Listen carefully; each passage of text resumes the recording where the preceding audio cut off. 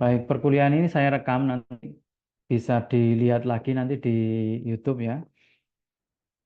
Hari ini kita bahas tentang hidrogeokimia yang kedua, fokusnya ke analisis data ya. Tapi nanti rekan-rekan bagi yang belum mengambil misalnya kualitas air ya, saya menyarankan kalau memang skripsinya mau hidrogeokimia ya nanti ngambil mata kuliah kualitas air begitu ya.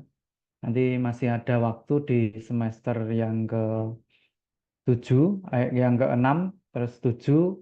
Nanti setelah skripsi juga masih bisa ngambil lagi.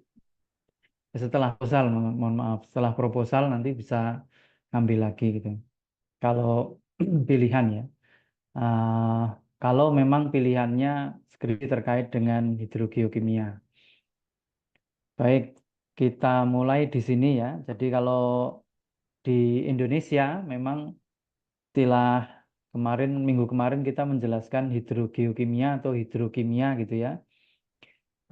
Anda bisa mengecek ya terkait dengan aturan yang baru ya terkait dengan apapun ya di website di peraturan.bpk.go.id ini. Nanti rekan-rekan bisa searching kualitas air atau terkait dengan lingkungan hidup atau yang lainnya yang nanti insya Allah akan mendapatkan status dari masing-masing undang-undang atau perundang-undangan ya. Misalnya sudah dicabut penggantinya apa gitu ya. Terus di sini ada di bagian bawah itu ada status peraturan ya. Itu masih berlaku atau tidak gitu ya. Kemudian kalau tidak berlaku diganti oleh apa atau dicabut oleh peraturan apa dan sebagainya.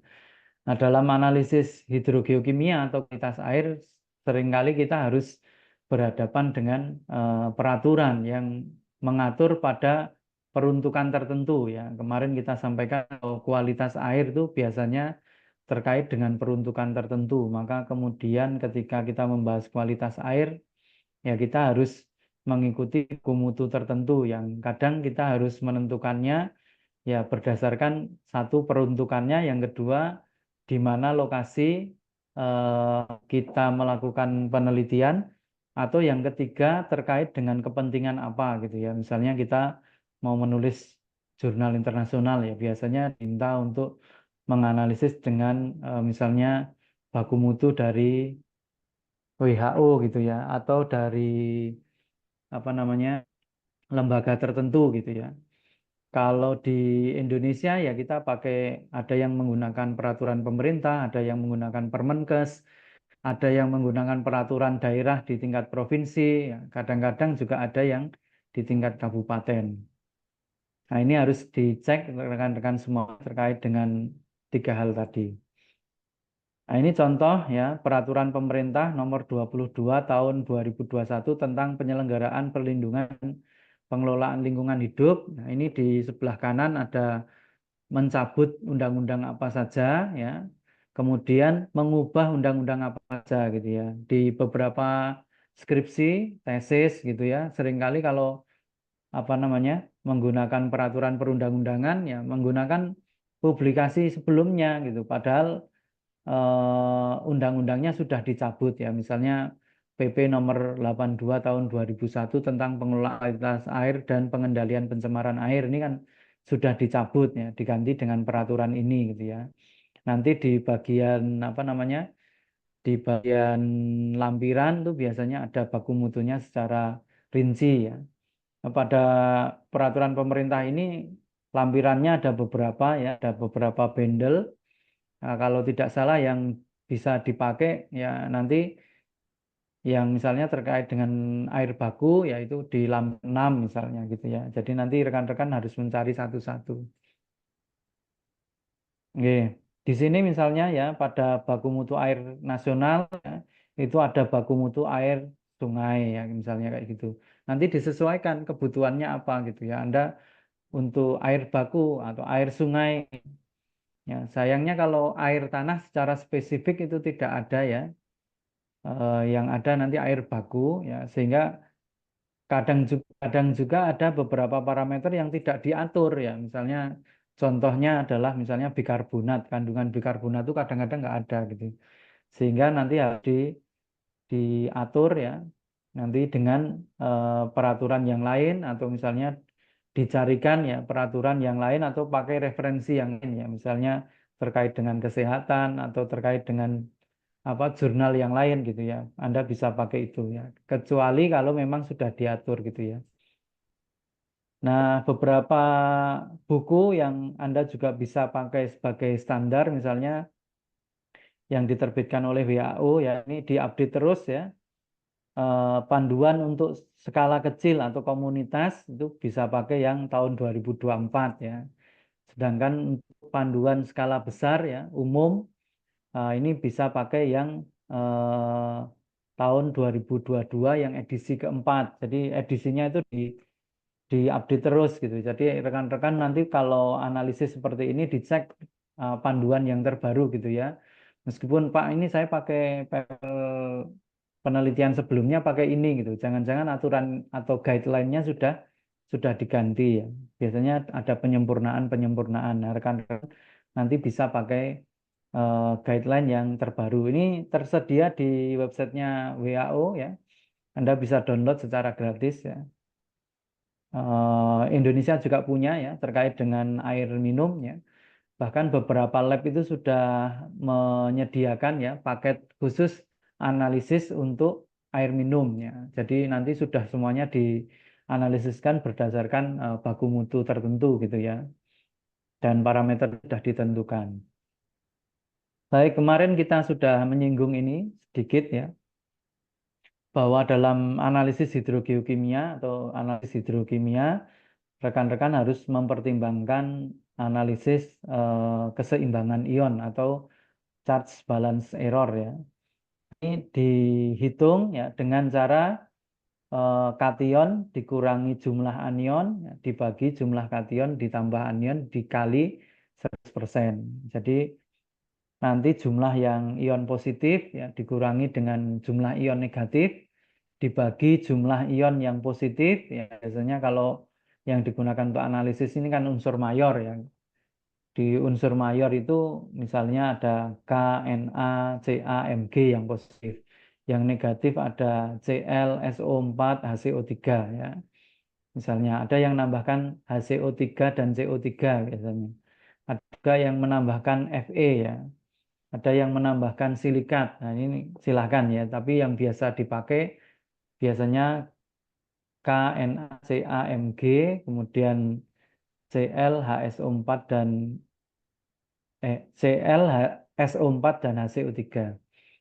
Jadi nanti yang minus Cl, HCO3 dan SO4. Nanti jumlah positif dikurangi negatif, ya, kemudian dibagi jumlah positif tambah negatif dikalikan 100 ya. Nanti berapa ya nilainya yang disarankan kalau menggunakan alat ya secara otomatis peralatan modern itu 5% nilai CBE-nya. Kalau lebih ya berarti kurang bagus datanya gitu ya. Dan kalau menggunakan alat laboratorium manual ya yang disarankan adalah 10% ya. Kalau menggunakan 10% kemudian didapati hasil yang lebih besar dari 10% maka analisis labnya harus diulang gitu ya. Nanti ngulang lagi. Jadi biasanya pakai apa duplo ya. Jadi kalau ngambil sampel misalnya harus 1 liter gitu ya. Biasa diserepi misalnya jadi 2 liter misalnya. Itu ya untuk mengantisipasi kalau hasilnya tidak bagus ya. Tetapi mestinya laboratorium itu sudah paham yang demikian gitu ya. Sehingga nanti sampel yang diminta itu mestinya sudah disediakan serepnya atau disediakan duplonya. Nah, kemudian analisis charge balance error itu harus dalam satuan mili ekuivalen per liter ya. Biasanya dalam analisis lab itu kita dapatkan nilai miligram per liter ya. Nah, caranya diganti dulu ya dengan mili ekuivalen per liter itu adalah miligram ion ya dibagi berat ekuivalen ya. Miligram ion biasanya kita dapat di analisis lab yaitu sudah dapat gram per liternya ya. Sehingga nanti miligram yang kita dapatkan dari lab itu dibagi dengan berat ekuivalen. Nah, berat ekuivalen itu apa? Berat ekuivalen adalah berat molekul, ya ini yang diperoleh dari tabel apa reaksi di tabel apa unsur ya, tabel unsur di biasanya pada buku-buku kimia itu disediakan di paling belakang itu ya. Nah, berat unsurnya, berat molekul atau berat unsurnya berapa gitu ya? Kalau HCO3 ya, berarti H-nya berapa, C-nya berapa, O-nya berapa kali 3 gitu ya, ditambah semuanya. Ketemu berat molekulnya dibagi valensi ion. Valensi ion misalnya Na plus ya, berarti valensi ionnya 1. Cl minus berarti 1 gitu ya. Kalau Ca2 plus berarti valensi ionnya 2 gitu ya. Mg2 positif berarti valensi ionnya 2 gitu ya. Nah, ini valensi ion. Jadi yang pertama dilakukan adalah menghitung berat ekuivalen ya dengan berat molekul dibagi valensi ion. Ya, kemudian menghitung mili ekuivalen per liternya masing-masing ion ya. Ca-nya berapa, Na berapa, K berapa, Mg berapa gitu. Dan seterusnya ya. Nanti ketemu masing-masing eh, molekul atau ion itu ya berat mili ekuivalen berapa gitu ya. Kemudian baru dianalisis CBE-nya ya, dijumlahkan masing-masing ion atau molekulnya ya. Yang positif dijumlahkan, dikurangi jumlah yang negatif, dibagi jumlah positif tambah jumlah negatif dikalikan 100 nanti kamu charge balance error atau kesetimbangan ionnya.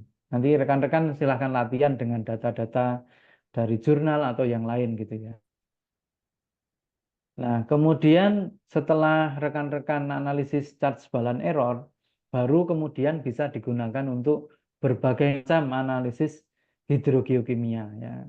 Kalau rekan-rekan nanti misalnya mau menganalisis misalnya apakah terjadi reaksi ini atau tidak gitu ya. Apakah tipe kimianya A atau B gitu ya. Nanti harus dalam satuan mili ekuivalen tadi. Jadi sudah semuanya sama, kemudian dianalisis dengan grafik atau analisis statistik yang lain. Nah, contoh yang pertama adalah analisis pie diagram ya. Analisis ini menggunakan diagram lingkaran ya, di mana nanti baik positif atau negatif tuh harusnya memiliki nilai ya sama-sama 50% ya. Tapi yang kanan ini kalau semua parameter dijumlahkan gitu. Tapi ini tidak tepat ya karena yang 100% itu mestinya jumlah jumlah ion gitu. Kalau ini kan semuanya gitu ya dan TDS, EC, TH kan pH ya, itu tidak memiliki satuan yang sama dengan unsur ya atau ion gitu. Sehingga yang tepat yang bagi kiri ya di mana ini kalau ini tidak menggunakan K, biasanya K-nya sudah dijadikan satu dengan Na gitu ya. Nah, ini contoh penyajiannya. Ya, nanti rekan-rekan buat misalnya dengan data hidrogeokimia gitu ya. Itu bisa dibuat dalam bentuk diagram lingkaran. Nah, dalam diagram lingkaran ini kita bisa menebak ya tipe kimianya gitu ya. Yang paling luas lingkarnya ya misalnya di sini yang sebelah kiri itu Ca dan HCO3, maka tipenya ya CaHCO3 atau CaCO3 ya. Nah, kemudian juga bisa dianalisis dengan plot radial ya. Juga dikenal sebagai plot radar. Digunakan untuk membandingkan beberapa nilai parameter untuk satu sampel dan untuk membandingkan rasio nilai-nilai ini pada banyak sampel yang berbeda. Jadi dilihat polanya gitu ya pada sebelah kiri atas ini ada gambar plot radial yang paling panjang adalah Na dan Cl. Maka tipe hidrogeokimianya adalah NaCl gitu. Cara membacanya demikian. Nah, di sini juga kita bisa melihat ya unsur-unsur yang dominan selain NaCl ada Ca dan SO4 gitu ya. Nah, ini cara membaca plot radial. Ya, ini memudahkan kita untuk memahami mana unsur yang lebih dominan ya. Sekali lagi ini bisa dibuat kalau sudah dibuat satuannya mili ekuivalen per liter. Ini contoh yang lain ya. Nanti rekan-rekan bisa mengcombine-nya dengan peta ya.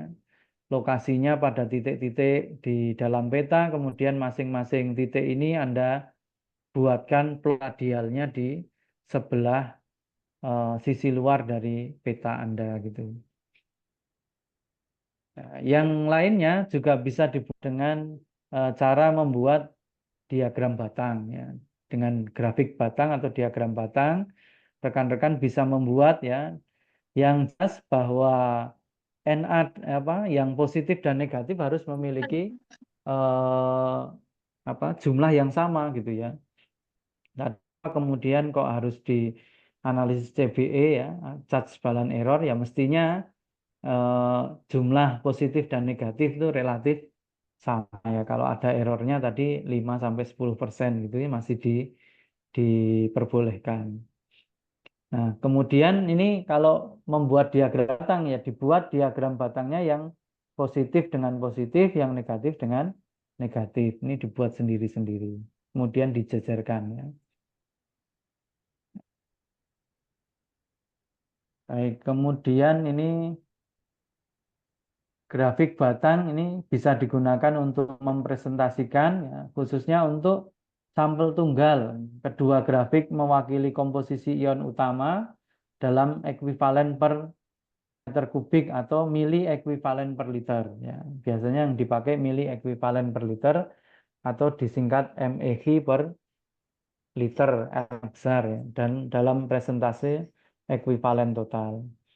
Ini adalah diagram batang vertikal ya. Setiap sampel diwakili oleh dua batang, yakni positif dan negatif atau kation dan anion. Konsentrasi kation dan anion didapat atau dapat diplot dalam nilai absolut atau presentasi total IPM. Ya. Yang lebih umum adalah dipresentasikan dalam bentuk total IPM ya, presentase ya. Dalam bentuk presentase ini lebih umum.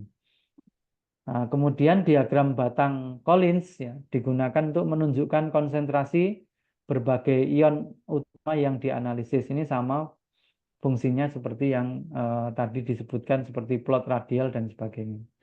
Nah, bentuk-bentuknya macam-macam ya seperti ini. Pada gambar yang kiri ya, ini Anda bisa lihat bentuk yang di sebelah kiri ini kalau kemudian mau dicetak dalam warna hitam putih gitu ya kalau mau dicetak ya. Tapi kalau sekarang sudah jarang sekali ya laporan-laporan itu dicetak. Nah, biasanya kemudian dibuat warna-warni ya karena tidak perlu dicetak, kemudian tersimpan dalam bentuk digital gitu ya. Sehingga nanti yang ditunjukkan nanti dalam bentuk warna-warni gitu ya yang mencolok ya. Yang lebih jelas gitu, mohon maaf. Dan biasanya kalau Anda menggunakan diagram batang warna-warni, diusahakan untuk memilih ya warna yang soft ya, yang tidak mencolok, yang tidak ngejreng ya, tapi milih yang warnanya yang soft gitu. Nah, contoh yang lain ya, pembuatan diagram ini ya, bisa menggunakan diagram apa namanya, Zuller ya, digunakan untuk menunjukkan konsentrasi relatif anion dan kation yang biasanya dinyatakan dalam mili ekuivalen per liter ya. Ini kalau cara membacanya ya yang paling tinggi misalnya di sini Ca dan CO3. Namun beberapa waktu tertentu ya Mg-nya juga tinggi, maka kalau membacanya ya CaMg HCO3 gitu ya atau CaMg CO3 ya. Nah, kemudian yang paling umum ya sebenarnya yang paling umum digunakan diantaranya adalah diagram Stiff. Diagram Stiff ini digambarkan ya dengan memisah kation dan anion ya dalam sumbu positif dan negatif ya. Di sini dicontohkan yang kation di sumbu negatif, yang anion di sumbu yang positif ya. Cara membacanya ya ini digunakan untuk terutama menentukan tipe kimia air atau fasies hidrogeokimia itu sama ya. Eh, Tipe kimia sama dengan fasies hidrogeokimia itu sama. Cara membacanya yang paling panjang yang dibaca ya. Ini misalnya NaK HCO3 ya. Ini eh, salah satu cara untuk merepresentasikan data hidrogeokimia. Tujuannya apa untuk melihat fasies ini gitu ya. Kalau sudah tahu fasiesnya terus gimana gitu. Ya untuk mengkonfirmasi ya batuan apa yang dominan ya, menyusun hidrogeokimia atau menyusun akuifer yang menyimpan air tanah yang dikaji. Nah, ini contoh yang lain, misalnya ini kalau yang kiri ini kita baca Mg HCO3 ya, berarti ini juga CaMg HCO3. Kalau yang kanan bawah ini bisa dibaca CaHCO3. Nah, berikutnya diagram Piper ya, atau sebenarnya lebih sering juga disebut sebagai diagram trilinier. Diagram trilinier ini dibuat oleh Arthur M. Piper ya, tahun 40-an untuk menyajikan ya banyak hal ya. Satu bisa digunakan untuk menentukan tipe kimia, yang kedua bisa digunakan untuk menentukan proses hidrogeokimia gitu ya. Dan juga bisa digunakan untuk mengidentifikasi terjadinya pencemaran baik alamiah ataupun antropogenik ya. Nah, ini contoh yang paling kiri ya, misalnya digunakan untuk menganalisis keasaman ya misalnya, kemudian ada alkalinity ya. Terus yang di paling kanan ya ini lebih umum ya, misalnya kalau paling kanan ini misalnya di A ya. A ini biasanya dikatakan calcium enrichment. Nah, ya, biasanya calcium enrichment ya, pengayaan kalsium dengan tipe dominan Ca ya, Ca. Nah, caranya nanti kita plot seperti halnya tekstur tanah ya, diplot berapa persen Ca, berapa persen Mg, dan berapa persen NaK. Nanti ketemu satu titik di diagram Piper ya, pada bagian diagram Piper segitiga yang di kiri bawah ya. Kemudian kita ngeplot lagi satu titik di segitiga yang kanan ya. Jadi kita ngeplot berapa persen HCO3, berapa persen O4, berapa persen Cl-nya, nanti ketemu satu titik. Nah, titik yang di sebelah kiri ya, misalnya titik biru ini, kalau ditarik ke atas ya, nanti ini ditarik ke atas sampai memotong segi empat yang ada di tengah. Kemudian di sisi yang kanan bawah ini birunya juga ditarik ke atas ya, ditarik ke atas ya, sampai ketemu dengan garis yang ditarik dari segitiga kiri bawah. Jadi dari kiri bawah ditarik ke segi empat, dari segitiga kanan bawah ditarik ke ya, kiri atas. Ini nanti akan ketemu di satu titik yang ada di segi empat. Nah, itu nanti digunakan untuk menentukan apa tipe kimia, proses kimia yang terjadi dan sebagainya. Ini contoh ya. Kalau kita belajar tentang tipe kimia ya, tipe yang ada di A berarti tipe kalsium, yang B berarti tipe natrium atau kalium, yang C adalah tipe magnesium. Ya. Kemudian yang D tidak ada tipe dominan ya, karena semuanya memiliki nilai yang relatif sama. Dan seterusnya ya, E misalnya tipe bikarbonat ya, F tipe klorida di sini, kemudian G ini tipe sulfat ya, dan seterusnya. Nanti sampai kita juga bisa membaca di bagian eh, segi empat. Nah, pertanyaannya kalau masuknya di sebelah pojok segi empat yang kanan gitu, masuknya apa ya? Berarti bisa masuk A atau L gitu ya. Tipenya NaK atau HCO3 ya. Bisa dua-duanya. Nah, cara membaca yang lain juga bisa dibuat seperti ini ya. Misalnya kalsium chloride type ya. Jadi tipe kalsium klorida tipe magnesium bikarbonat, ya, tipe sodium chloride, ya. Kemudian ada sodium bikarbonat dan seterusnya. Ya. Ini cara membaca yang lain selain dengan cara yang ini gitu ya. Ini ada di panduan analisis air tanah ya di buku Groundwater Studies pada buku yang diterbitkan oleh UNESCO ini pakai ini.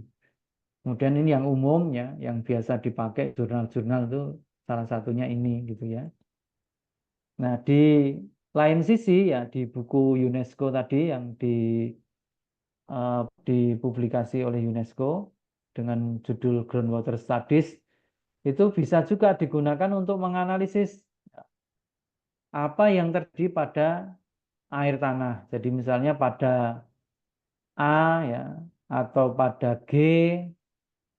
Nah, ini artinya adalah air tanah yang tidak terpolusi. Jadi kalau A, G dan juga D ya di posisi ini adalah tipe air tanah yang menunjukkan bahwa air tanah tadi tidak terpolusi antropogenik atau limbah pertambangan. Jadi kasusnya dikembangkan pada wilayah pertambangan. Kemudian kalau B ya ada sodium enrichment ya di sini ya. Ada sodium enrichment atau pengayaan sodium. Yang C ada calcium enrichment ya, pengelolaan pengayaan kalsium. Nanti rekan-rekan bisa menganalisis ini berdasarkan posisi dari titik yang Anda buat. Di satu sampel akan berada pada 3 lokasi, yakni pada segitiga bawah, segitiga bawah kiri, bawah kanan, dan 4. Jadi nanti akan memiliki 3 huruf ya. Misalnya C-nya calcium enrichment, kemudian nanti misalnya D-nya pada D ya, misalnya unpolluted groundwater. Nanti ketika ketemu, nah misalnya ditarik ke kiri atas, kanan atas, nanti ketemu di G ya.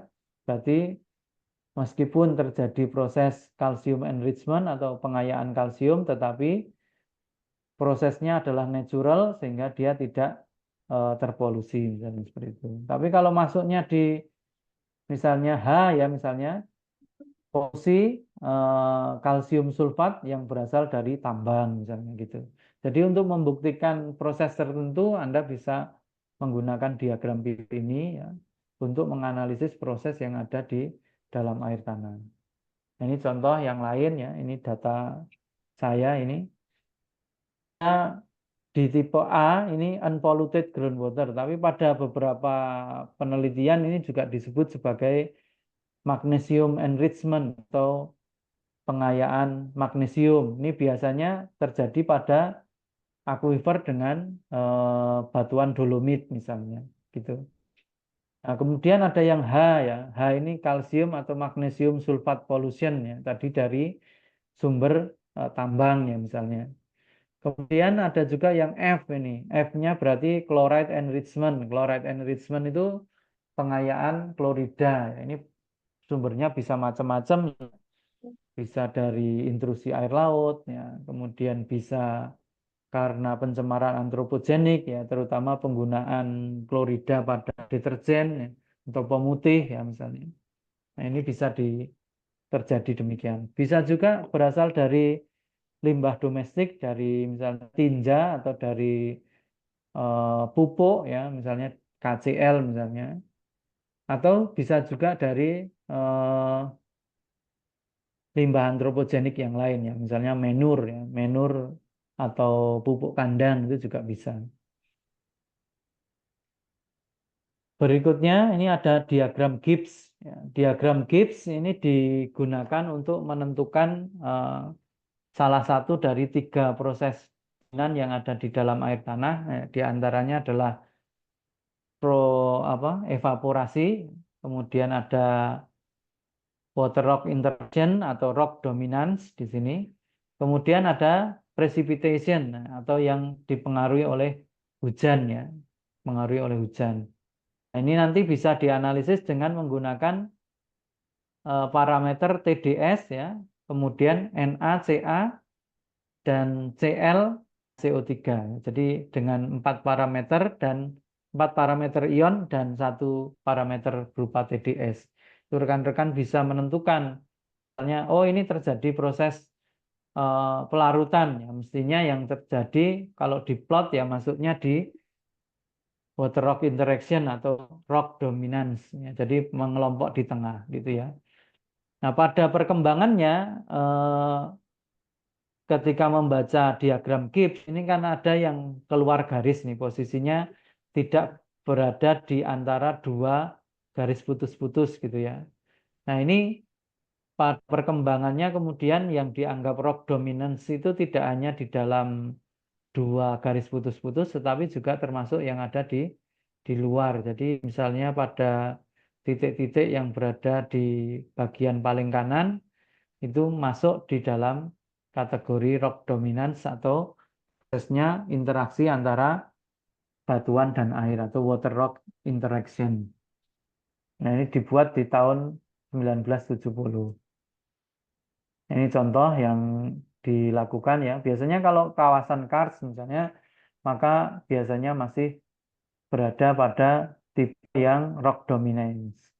Nah, tetapi kalau misalnya air tanah ya yang dihasilkan dari air hujan yang menguap ya dengan cepat ke misalnya lorong konduit atau lorong apa namanya lorong pelarutan gitu ya, cepat ya biasanya nanti masuknya di precipitation dominance ya.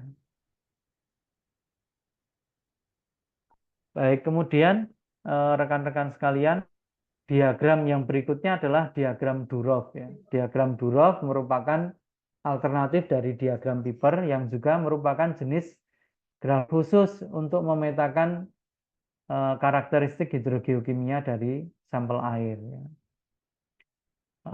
Didasarkan pada presentasi mili ekuivalen ion utama atau ion mayor dalam perairan ya, terutama pada wilayah yang disampel. Diagram Duroff asal dibuat dari data lembar kerja yang punya banyak kolom gitu ya. Setiap kolom berisi nilai persentase dari masing-masing gugus ion ya. Jadi kalau mau analisis sama tadi seperti diagram Piper harus punya unsur mayor gitu ya. Nah, gambarnya seperti ini teman-teman. Nanti diplotkan ya pada diagram ini ya bergantung pada nilai NaK, Ca, SO4, HCO3 gitu ya, TdS, Mg, dan pH. Ini juga ada parameter Cl. Nah, ini contoh cara ngeplot ya. Dibuat dahulu ya dalam bentuk persen, kemudian nanti diplotkan datanya gitu. Nah, cara membacanya ini sama seperti diagram Piper tadi, ini bisa dibaca dengan tipe-tipe tertentu ya. Misalnya pada A ya, ini unpolluted groundwater, B sodium enrichment gitu ya.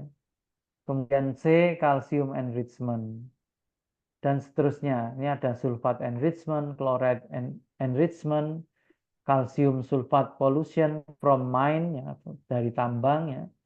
Ada juga yang sodium chloride contamination by natural source ya, dari sumber yang alami ya. Itu bisa juga dibuat demikian.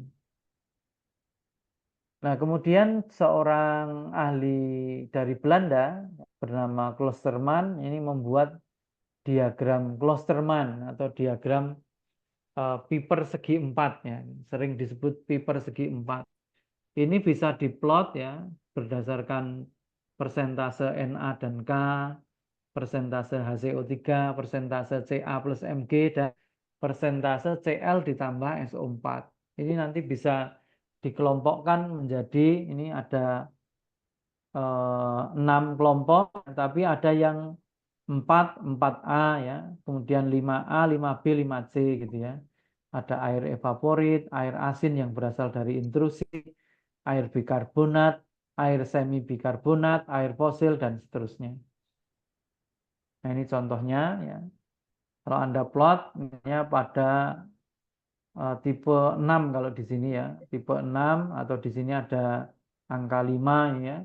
Ini berarti dia intrusi air laut. Jadi untuk membuktikan apakah sudah terjadi intrusi atau belum, ini bisa digunakan gitu ya. Apakah itu air asinnya berasal dari intrusi atau air asinnya berasal dari eh, apa namanya, conat water. Nah, itu bisa dipakai dengan apa, dianalisis dengan diagram pi persegi 4 atau diagram Klosterman.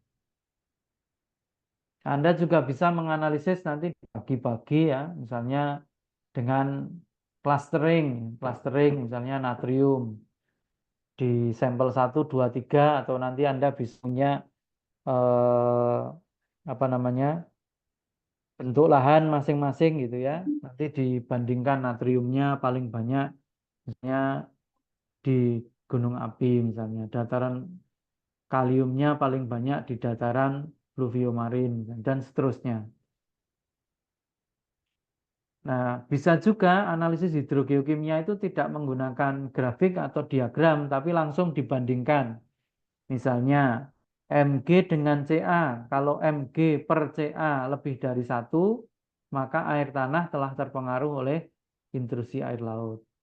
Kemudian perbandingan Cl dan HCO3. Kalau Cl dibagi HCO3, ini dalam satuan mili ekuivalen per liter ya. Jadi sudah dibuat ekuivalen per liter, kemudian dianalisis. ClHCO3-nya kurang dari setengah, maka air tanah belum terpengaruh air laut. Kalau Cl dibagi HCO3 antara setengah sampai dengan 6,6, maka air tanah sedikit terpengaruh intrusi air laut atau masih payau gitu ya. Kemudian Cl dibagi HCO3 lebih dari 6,6, maka air tanah sudah sangat terpengaruh air laut atau asin misalnya atau brine bahkan gitu ya. Nah, interpretasi yang lain bisa juga dengan perbandingan antara Cl dan HCO3 plus CO3 atau Cl per HCO3 ya. Bisa tidak terpengaruh air asin, pengaruh air asin kecil, sedang, cukup besar, besar atau sangat besar. Ini bisa dibuat dengan membandingkan antara ion L dengan HCO3. Nah, tentunya dalam satuan yang sama yakni mili ekuivalen per liter. Nah, ini saya ambil dari bukunya UNESCO yang judulnya Groundwater Studies tadi, yang terbit tahun 2004 ya. Ini bisa menggunakan perbandingan SO4 dibanding Cl ya. Kemudian Na per Cl, Mg per Cl dan seterusnya ya. Bahkan ya bisa dengan unsur minor ya, misalnya Br ya, bromida dengan Cl ya. Biasanya digunakan untuk membedakan antara brine dan seawater atau biasanya digunakan untuk analisis intrusi air laut.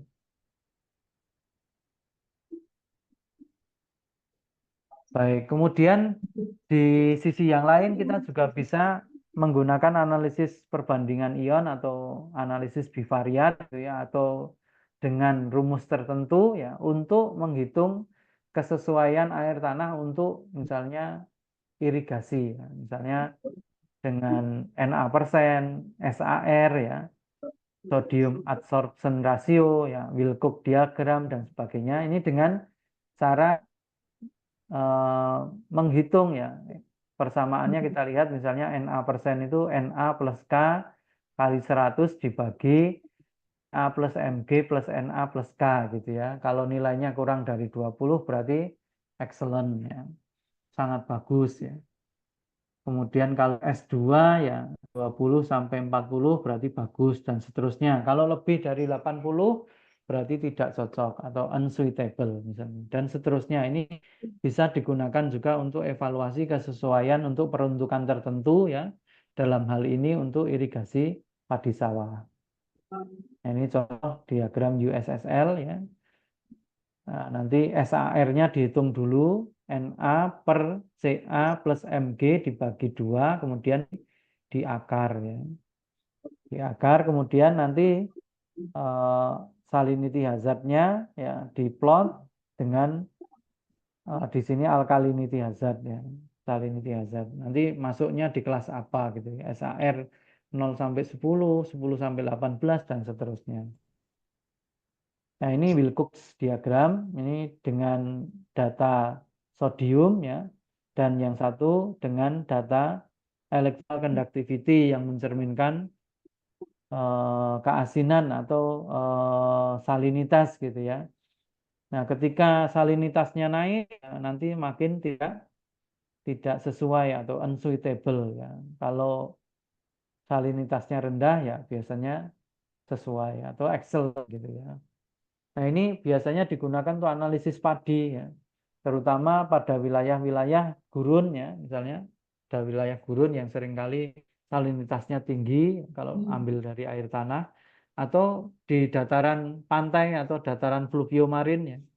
Ini seringkali electrical conductivity-nya tinggi sehingga atau salinitasnya tinggi sehingga nggak bisa dipakai untuk irigasi eh, persawahan gitu ya. Kemarin di Sumba itu misalnya pada dataran Batu Gamping ya, pada teras pertama di Pulau Sumba ya, khususnya di bagian utara sampai dengan barat itu ada satu teras ya yang berbatuan gamping, ternyata air tanahnya ya, asin ya, sifatnya asin, membentuk marine lake atau danau laut ya, yang airnya juga asin. Ya, meskipun lokasinya cukup jauh dari pantai, tapi hasil analisisnya electrical conductivity-nya sampai 6 ribuan, ada yang 7 ribuan gitu, sehingga tidak cocok untuk pertanian misalnya. Nah, scatter plot atau bivariat ini juga bisa dipakai. Kalau bivariat ini biasanya dua parameter yang dipakai, misalnya dengan CAMG dibandingkan HCO3 plus SO4. Jika nilainya mendekati 1:1, maka proses utamanya berasal dari pelarutan karbonat gitu ya. Atau CA dibandingkan MG ya, nanti dibuat scatter plot, kemudian nanti kalau perbandingannya mendekati 1 biasanya berasal dari pelarutan karbonat atau dissolusi biasanya pada kawasan karst misalnya. Na dibandingkan HCO3. Kalau mendekati 1 berarti proses utamanya berasal dari pelarutan silikat, misalnya di area-area gunung api gitu ya. Dan seterusnya. Nanti ada juga yang NO3 dibandingkan Cl ya. Khusus untuk ini ya hasil penelitian dari Argos dari Inggris ya. Itu tidak dibandingkan dalam satuan mili ekuivalen per liter tapi dibandingkan dalam miligram per liter ya untuk NO3 dan Cl ya. Khusus untuk ini. Kalau yang lainnya ini dalam bentuk mili ekuivalen per liter ya. Nah, jika nilainya NO3 dibanding Cl itu 8:1 sampai dengan 1:1, maka nilai berasal dari pencemaran aktivitas antropogenik berupa tinja ya. Tapi kalau lebih besar ya daripada 8:1 misalnya, misalnya 9:1 atau 20:1 gitu ya, itu umumnya berasal dari pencemaran dari pupuk gitu, terutama menur atau pupuk kandang. Misalnya seperti itu. Jadi rekan-rekan bisa menganalisis sumber dari pencemar misalnya ya berdasarkan pada analisis bivariat atau scatter plot. Nah, ini contohnya gitu ya. Cl dibagi Na ya. Kemudian kita buat garis 1:1 ya. Kalau berada di bagian bawah garis ya umumnya terjadi pertukaran ion. Ya. Kalau di atas ya terpengaruh polutan antropogenik. Tapi kalau mendekati garis 1:1 ya ini berarti prosesnya di sini kita lihat Na dan Cl ini kalau mendekati 1 ini biasanya terkait dengan intrusi laut. Gitu ya.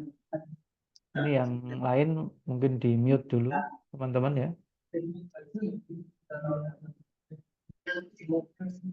Rainanda Sari di mute dulu. Okay.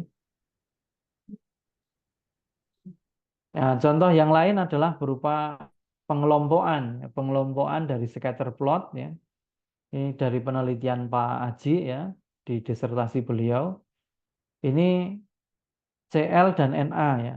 Ini dianggap bahwa kalau mendekati satu ya tidak hanya intrusi ya, tapi juga bisa dikatakan berasal dari air hujan atau dia dipengaruhi oleh air hujan. Jadi kalau airnya kita analisis air di mata air gitu ya di kawasan Kars, kemudian kita dapat ya air yang di sampel itu mendekati garis 1:1 untuk Cl dibanding Na, maka kemungkinan ya air yang muncul di mata air itu dominan berasal dari air hujan ya. Dengan arti lain bahwa lorongnya sudah berkembang ya. Sudah mulai berkembang konduit-konduit sehingga karakter hidrogeokimianya mencerminkan karakter yang mirip dengan air hujan dan menunjukkan apa juga menunjukkan juga bahwa proses water rock interaction itu belum terjadi sehingga karakternya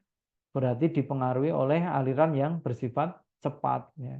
Merespon cepat air hujan berarti juga menunjukkan adanya pelorongan atau proses pembentukan lorong pelarutan itu sudah berkembang.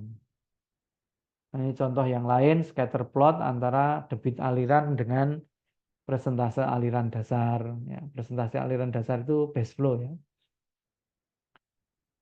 Nah, juga bisa dianalisis lebih jauh nanti base flow dengan SI ya. Si SI kemarin adalah saturation index ya, menunjukkan kalau negatif itu undersaturated, jadi sudah ini belum jenuh sehingga bisa melarutkan atau sudah oversaturated ya. Oversaturated itu sudah jenuh ya, airnya sudah tidak bisa melarutkan lagi gitu.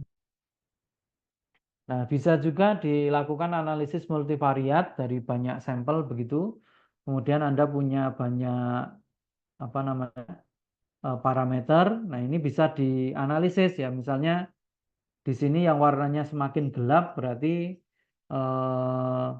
punya kaitan yang kuat ya. Misalnya di sini ada water quality index. Ini dipengaruhi apa saja ya? Cari yang gelap-gelap, misalnya Na, HCO3 dan TDS misalnya. Kemudian Cl banyak dipengaruhi apa? Cari yang di Cl itu paling gelap, yakni di bagian Na. Berarti Na dan Cl ini punya kaitan yang kuat, berasal dari sumber yang sama ya misalnya. Dan seterusnya. Ini juga bisa dilakukan dengan analisis prinsipal komponen analisis ya. Mungkin di sini tidak diajarkan secara langsung, tapi intinya PCA bisa digunakan untuk menganalisis parameter mana yang paling dominan, sehingga nanti kita bisa menganalisis mana yang proses apa yang paling dominan di dalam aquifer gitu. Anda juga bisa membuat time series ya, tentu kalau datanya diambil dalam temporal yang banyak gitu ya. Jadi misalnya 1 tahun atau 1 musim begitu. Nah, ini bagi rekan-rekan yang mau skripsi demikian ya tentu tidak bisa dimulai di semester 6 gitu ya. Jadi sebelum Anda proposal Anda sudah harus mulai gitu ya. Belum uji gitu. Awal semester 6 lah paling terlambat. Sehingga tidak terlambat lulusnya. Semester 8 tetap sudah lulus gitu misalnya. Nah, ini contoh analisis hidrogeokimia. Nanti rekan-rekan bisa cari nanti di sini. Mas Rinaldi ini salah satu alumni kita, alumni GEL ya, yang dulu skripsinya ya, kemudian masuk di jurnal internasional ya, bisa dipublikasikan di Aquatic Geochemistry.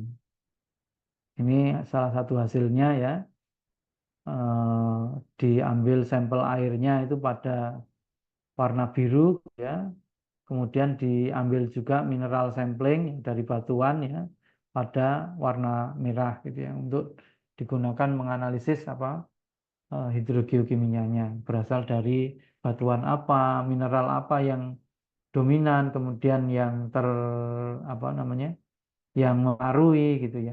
Itu bisa dianalisis di situ. Ini contoh yang lain bahwa ketika kita melakukan sampling hidrogeokimia kita juga harus memetakan aliran air tanah ya, sehingga kita juga dengan mudah bisa menganalisis kira-kira yang berpengaruh itu dari mana saja gitu ya, asal airnya dari mana sehingga kita bisa menganalisis proses yang terjadi dengan lebih mudah.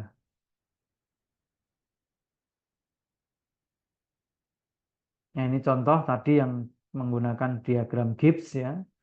Nah, sekali lagi tidak harus berada pada ruang di antara dua garis putus-putus ya, tetapi bisa juga di luar ya, yang umumnya diperluas gitu terkait dengan rock dominance ini biasanya sampai di luar garis tidak mengapa.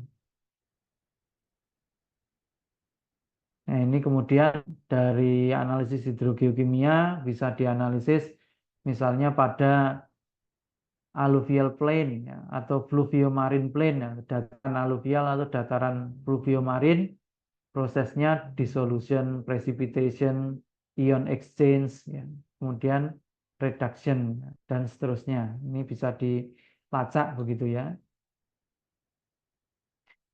Begitu teman-teman yang bisa saya sampaikan di perkuliahan hari ini ya. Silahkan bila mau dilanjutkan dengan sesi